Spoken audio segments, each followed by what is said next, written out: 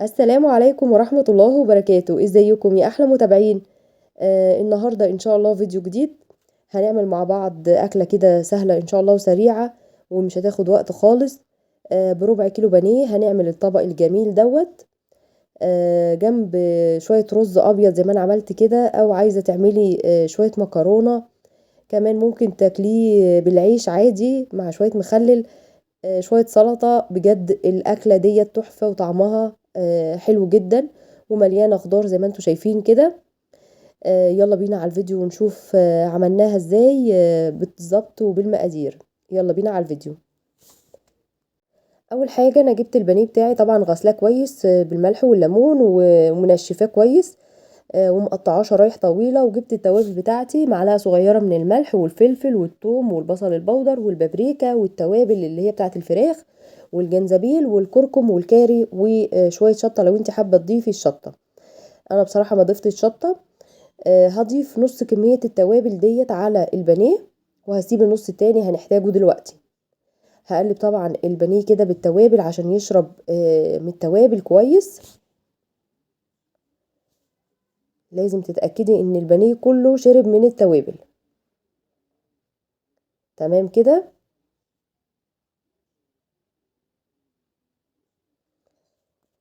معايا بقى معلقتين من الدقيق ومعلقتين زيهم نشا، معلقتين كبار. هحطهم كده عليه برضو.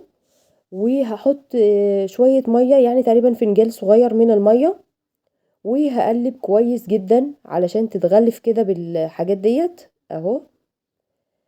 هسيبها بقى على جنب، وهاجي معايا هنا الدقيق.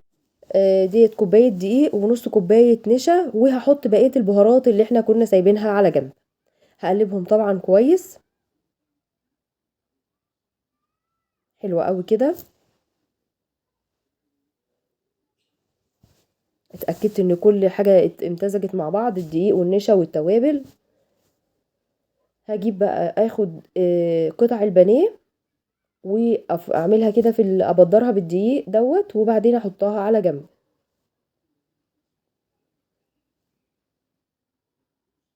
هعمل بقى طبعا الكمية كلها كده بالشكل ده لحد ما اخلص الكمية كلها. لازم اتأكد ان كل قطعة بانيه اتعملت في الدقيق كويس جدا. ما ينفعش يعني انقل البانيه كله في الدقيق مرة واحدة، لا لازم قطعة قطعة عشان اتأكد ان هو اتغلفت بالدقيق والنشا والتوابل.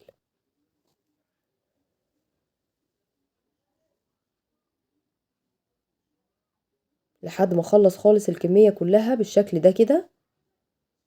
هجهز الصوص بتاعي بقى.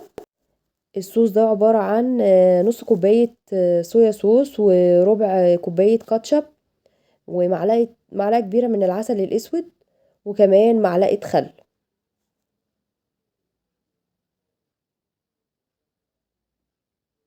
هقلب كل الحاجات دي لحد ما تمتزج كده مع بعض.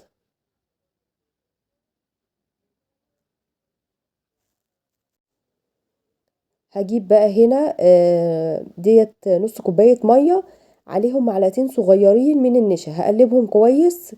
لازم اتأكد طبعا ان النشا اتقلبت كويس لان هي بتعمل تكتلات. فلازم تتأكدي ان هي دابت كويس جدا، وهبتدي بقى اضيفها على الصوص اللي انا حطيته على بعضه، اللي هو الكاتشب والصويا صوص والعسل الاسود والخل. كله على بعضه كده بقى، وهنبتدي نقلبهم كويس لحد ما كله يمتزج مع بعضه. تمام كده. هنروح بقى على النار، طاسة سخنة، هنبتدي نقلي البانيه قطعة قطعة بتنزل في الزيت كده زي ما انتوا شايفين. هي ما بتاخدش وقت خالص، بتتحمر بسرعة جدا. والحلة التانية اللي على النار دي انا كنت بعمل الرز الابيض.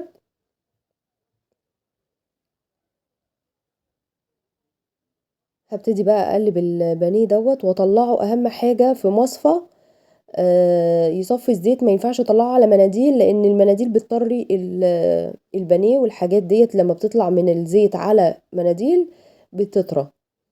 فانا هطلعها على مصفى علشان لما اجي احطها في الصوص تفضل محتفظة بالقرمشة بتاعتها.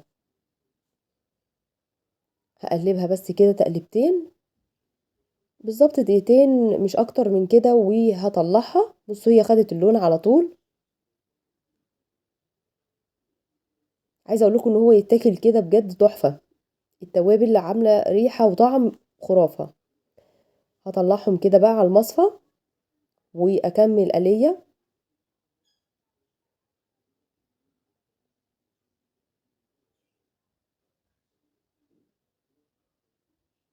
برضو بطلع قطعه قطعه كده في الزيت علشان مفيش بانيه يلزق في بعضه.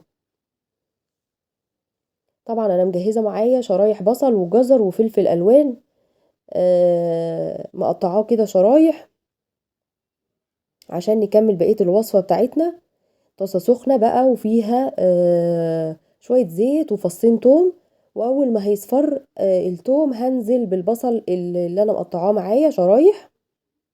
يا دوبك بس يصفر كده وريحته تطلع. هحط رشه جنزبيل الاول وبعد كده شرايح البصل. برضو هديهم تقلبتين كده يا دوبك بس البصل هيبتدي يتشوح شويه.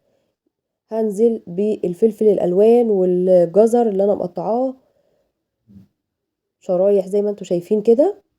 وهحط بقى التوابل بتاعتي، حبة ملح شوية فلفل. لان كده كده البانيه فيه توابل حلوة يعني. بس بصوا هنا بدأ يدبل شوية الخضار.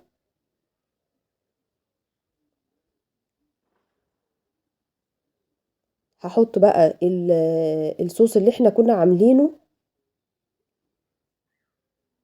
طبعا النار يعني اقرب للهادية يعني مش عالية خالص يعني. هبتدي اقلب كده وهسيبها لحد ما الصوص بدأ يتقل وهنزل بقطع البانيه يا دوبك تقلبتين. يعني مفيش 3 دقايق، مش هتكمل 3 دقايق كمان وهطفي على البانيه. شايفين شكله؟ عايزه اقول لكم الريحه بجد روعه. هنبتدي نغرف بقى مع بعض. حطيت طبعا الرز وهحط البانيه اللي معايا بالشكل ده كده. زي ما قلت لكم في الاول عايزين تاكلوا جنب مكرونه تاكلوه بالعيش كده. بجد هو طعمه روعه.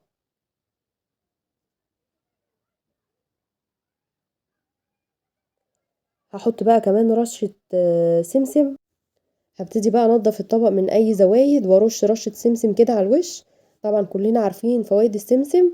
وبكده الوصفه بتاعتي تكون خلصت. يا ريت بقى ما تنسونيش في اللايك وفي الشير والاشتراك في القناه للي اول مره يشوف القناه. ويا ريت تفعلوا زر الجرس عشان يوصل لكم مني كل جديد. والسلام عليكم ورحمه الله وبركاته.